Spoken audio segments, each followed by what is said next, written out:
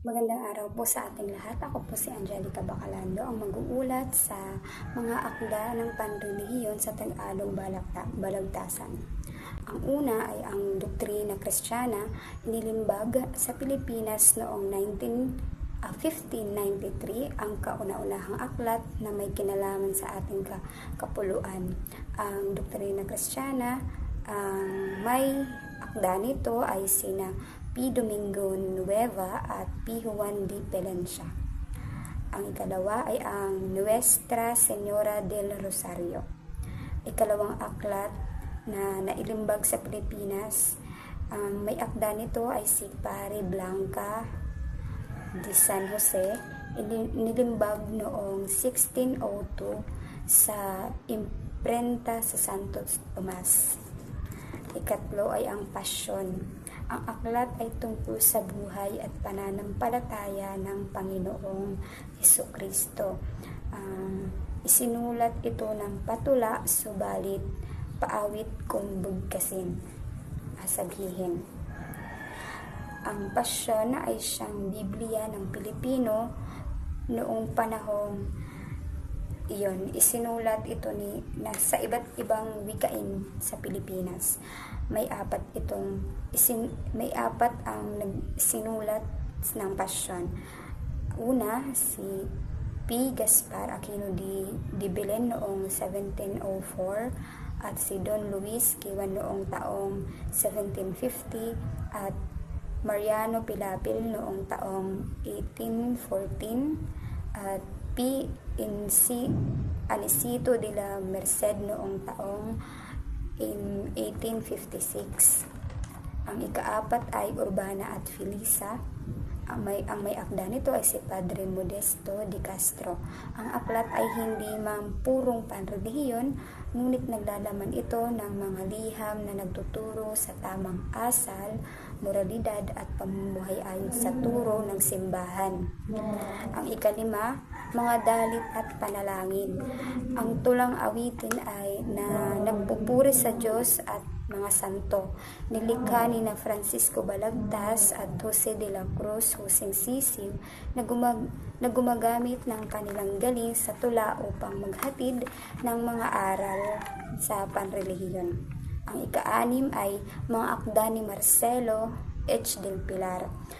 Tulad ng duplo, gumamit siya ng mga tula at laro upang ituro ang tamang asal, maging gabay sa pananampalataya at katuwiran. Yun lamang po, maraming salamat. Magandang araw sa lahat. Ngayon ay ating tatalakayin ang buhay at ang mga naging mahalagang kontribusyon sa panitika ng isa sa mga pinakadakilang propagandista ng ating kasaysayan, walang iba kundi si Marcelo H. del Pilar.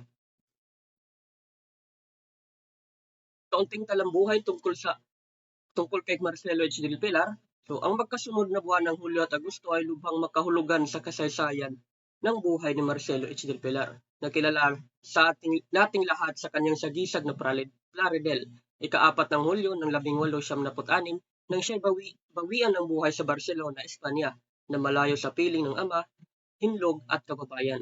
At ika-3 ng Agosto ng 1850 nang siya'y ipinanganak sa Kupang San Nicolas, Bulacan. Narito naman ang mga akda ni Marcelo H. del Pilar.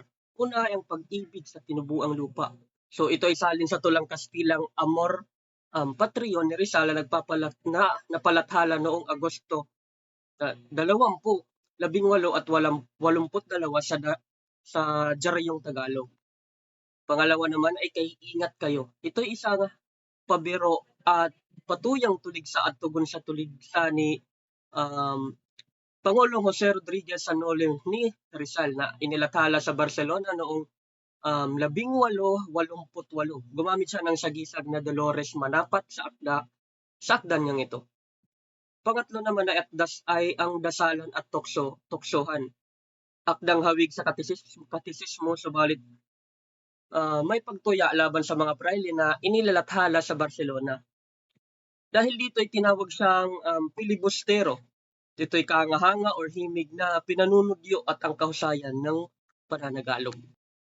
At isa rin sa mga akda niya ay ang kadakilaan ng Diyos. Ito'y isang sanaysay na pagtutulig sa laban sa mga prayle, ngunit nagtataglay ng mga filosofiya tungkol sa kapangyarihan at katalinuhan ng poong lumikha ng pagpapahalaga at pag-ibig sa kalikasan. Ang sunod naman ay ang sagot ng Espanya sa hibik ng Pilipinas. Ito ay isang tulang nagsasaad ng paghingi ng pagbabago, ngunit ang Espanya ay napakatanda at napakahina na upang magkaloob ng anumang tulong mula sa Pilipinas. Ang tulang ito ay katugunan sa tula ni Hermenegildo Flores na hibik ng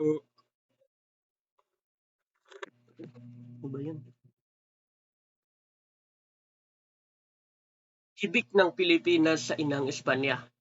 Ang pang-anim naman ay dupluhan, dalit at mga bugtong. So ito ay katipunan ng may iksing tula at tugma na inilathala sa Malolos noong 1957. Sunod naman ay La Floracia en Pilipinas, isang sanaysay na nagpapakilala ng pang-aapi ng mga prayle sa Pilipinas. Ang sunod naman ay La Soberana Monacal en Pilipinas, isa ring sanaysay tungkol sa mga katiwalian at di makatarungang ginawa ng mga prayle sa mga Pilipino. Pang-siyam ay ang Por Telepono, isang sanaysay na tumuligsa sa bawat salita ng isang mananampalataya. At ang pang-sampu ay pasyong dapat ipag-alab ng puso ng taong babasa. Ito isang sanaysay na naglalaman ng katuturan ng tunay na nilalaman ng banal na kasulatan. Yun lamang po at maraming salamat. Jose Maria Panganiban. Si Jose Maria Panganiban ay sinilang noong Pebrero 2, 1863 sa Namboolo, Camarines Norte.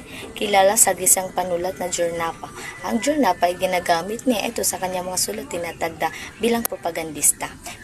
Karaniwan, noong panahon ng Espanyol, nagmagamit ang mga manunulat ng sagisag panulat upang maitago ang kanilang tunay na pagkakilanlan at makaisa sa panganib o pag-uusil ng pamahalaan. Natapos sa Colegio de San Juan de Letra at nag-aaral ng medisina sa University of Santo Tomas. Naging tanyag dahil sa husay sa pagtatalumpati at pagsusulat. Si Jose Maria Panganiban ay isa sa mga mahusay na propagandista noong panahon ng Espanyol. Ginamit niya ito sa kanyang talino at panulat upang maipahayag ang pagmamahal sa bayan at ang hangarin para sa pagbabago. Mga katangian. Una, may memorya fotografika o matalas na memorya. Pangalawa, kabilang sa mga kilusang makabayan. Pangatlo, sumulat ng mga sanaysay at tula para sa propaganda. Ipinapakita ni Panganiban ang kanyang katalinuhan sa pamamagitan ng pagsusulat at pagtutulumpati. Naging mahalaga sa kanya ang ambag sa pagpapalaganap ng mga ideya tungkol sa kalayaan at edukasyon. Merong 4 na tula si Jose Maria Panganiban. Una, ay Nuestro Obispo, tulang nagpapakita ng paggalang sa isang obispo. Pinapakita niya nito ang kanyang paghanga sa mabuting pinuno at ang kahalagahan ng panampalataya at mabuting pamumuno. Pangalawa, Noche de Mambolao, tungkol sa kagandahan ng Mambolao. Inilarawan niya ang katahimik at magandang gabi sa kanyang bayan bilang pagpapakita ng pagmamahal sa sariling lugar. Pangkatlo, ang Lupang Tinubunan, tulang makabayan tungkol sa Pilipinas. Pinapahayag nito ang matinding pagmamahal sa sariling bayan at ang tungkulin ng mamayan na pagtanggol ito. Pang-apat, Sa Aking Buhay, naglalaman ng kanyang karanasan at adhikain. Makikita niya ito ang kanyang mas pangarap at sakripisyo para sa bayan at sa kapwa Pilipino. Sanaysay. Una, El Pendicimento, tumatalakay sa kahalagahan ng pag-iisip at kaalaman. Pangalawa, La Universidad de Manila, tungkol sa sistema ng edukasyon sa Manila. Pinapahayag niya ang kanyang opinyon at mungkay upang mapabuti ang edukasyon para sa mga Pilipino. Pangatlo, Su Plan de Estudio, tumatalakay sa wastong paraan ng pag-aaral. Ipinapakita niya ang mahalaga at maayos na edukasyon upang makamit ang kaunlaran at kalayaan. Tatalakayin ko naman ngayon ay ang ginawang tula ni Marcelo H. del Pilar na pinamagatang Sagot ng Espanya sa Hibik ng Pilipinas. Puso ko'y hambal ng aking marinig. Bunso, ang taghoy mo'y mapignating higit. Wala ka anak kong sariling hinagpis, na hindi karami ang inamong ibig. Wala kang salita, walang kahirapan na tinitiis kang di ko dinaramdam. Ang buhay mo'y bunga ni ring pagmamahal. Ang kadustahan mo'y aking kadustaan. Ang lahat ng ito'y ninanais sana ng malaking lunas ng sinta mong ina. Ngunit pag-apihin mo ngayon matanda na. Hapon na sa hirap ako't walang kaya. Ito na nga lamang may sasagot ng salantang ina sa hibik mong irog. Sasakian mo'y gipo huwag mo tutulog. Ang mga anak mo'y may sikwa sa laot. Frailing manlalaban, ngunit alin kaya sa galit ng bayang ang magiging puta. Ang payapang dagat pag siya'y nagbala ay walang bayaning makasansala.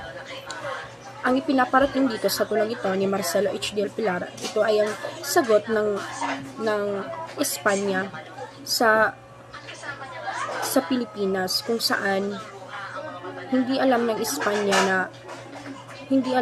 ng Espanya na ang mga praile at mga mapangabusong mga Espanyol ay siyang nagparusa sa mga Pilipino, kung saan ipinaparating niya na magkaisa ang mga Pilipino para ipaglaban ang kanilang karapatan at maging malaya. Narito naman ang kay Graciano Lopez Haina. Siya ay isinilang sa Haro, Iloilo, Disyembre 18, 1886. Isa siya sa pinakamagiting na henyo ng Pilipinas. Nakapagsulat siya ng higit 100 talumpati. Siya rin ay nagtungo sa Barcelona sa tulong ni Don Claudio Lopez. Siya rin ay nagtatag ng pahayagang La Solidaridad noong taong 1887. Siya ay isang miyembro din ng Asosyasyon Hispano-Filipina. Namatay siya sa Barcelona noong Enero 20, 1866. Narito ang mga akda ni Lopez Haina. Lahia del Fraile. Ito ay makapang-uyam sa kayabangan ng mga praile, kalulus-lunos ng kalagayan ng Pilipino. En honor de los Filipinos, pagbibigay-pugay sa 3 Pilipinong nanalo sa Paris Expo noong taong 1880.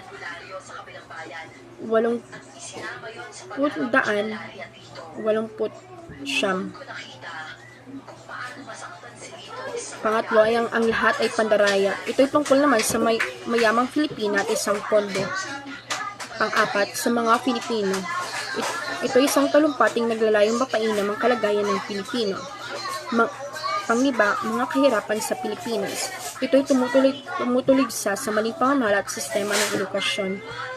Panghuli ay ang Fray Butod. Ito'y maikling nobela laban sa isang praile, pangunahing akda ni Lopez Haina. Ang Fray Butod. Ito isang maikling nobela ni Graciano Lopez Haina. Narito ang paglalarawan kay Padre Butod. Siya isang mataba, pandak, bilugang muka. May mapulang ilong, malaking butas ng ilong, maliliit na mata, mapanlinlang na tingin, usosero, mahilig sa babae, pabaya sa tungkulin. Ang layunin ng akda nito ay tulugsay ng masasamang gawi ng mga praile. Ituro ang mga maling pagpapakita ng Kristyanismo. Ilarawan ang tunay na kalagayan ng Filipino sa ilalim ng mga praile. Ipamalas na ang mga praile ay hindi kahuwaran ng kabutihan. Antonio Luna, siya ay sinilang sa Orbistundo, Maynila, Oktubre 29, 1868. Siya ay parmasyotiko, nagtapos sa Universidad Central de Madrid. Siya ay isang manunulat sa ilalim ng sagisag panunulat na taga-Ilog. Itinapon sa Espanya dahil sa paghinala ng pagsali sa mga manghihimagsik. Siya ay naging general ng himagsikan, kahalili ni Aguinaldo bilang pandigma ng Republika Malolos. Napatay siya sa Cabanatuan, Nueva Ecija noong Hunyo 7, 1899. Narito ang mga akda ni Antonio Luna. Noche Buena, ito ay konkretong paglalarawan ng aktwal na pamumuhay paniniwala ng mga Pilipino. La Independencia. Ito ay pinatnuguran niya ang pahayag ito ay tagapamansag ng mga maghihimagsik at ng unang republika.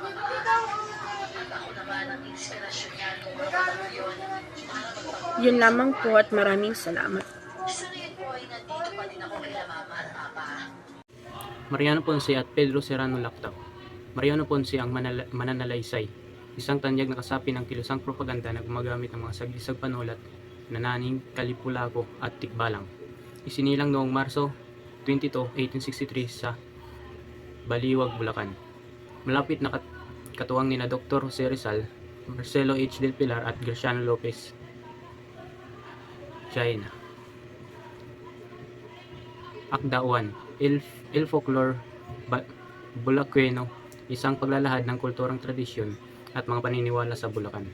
Akda 2. Unang excursion sa naysay na naglalarawan ng kanyang paglalakbay sa Catalona noong 1889. Pedro Serrano Lactao, isang makabayang manunulat na nagbigay halaga sa sariling wika sa gitna ng pananakop. Diksyonaryo Hispano-Tagalog, 1889, kauna-unahang diksyonaryong pinuri ng lubos ni Rizal. Siya ang nanguna sa paggamit ng titik K.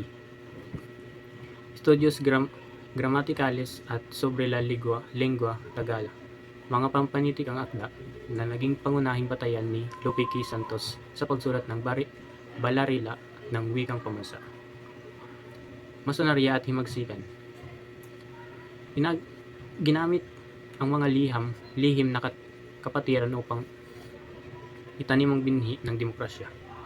Lohiyang nilad. Itinatag niya ito kasama si Moises Salvador upang palaganapin ang mithihing kalayaan at karapatan. La Liga Filipina. Nagsisilbing unang sekretaryo nito sa ilalim ni Rizal na naging dahilan ng kanyang pagkatanggal sa pagtuturo at pagkabilanggo. Jose Maria Panganiban. Isinilang noong Pebrero 2, 1863 sa Mombolao, Camarines Norte. Kilala sa sasagisag na Jumapa. Siya ay kilalang manulat sa La Solidaridad na nagtataglay ng talinong kahanga-hanga sa UST at Espanya, mga akda.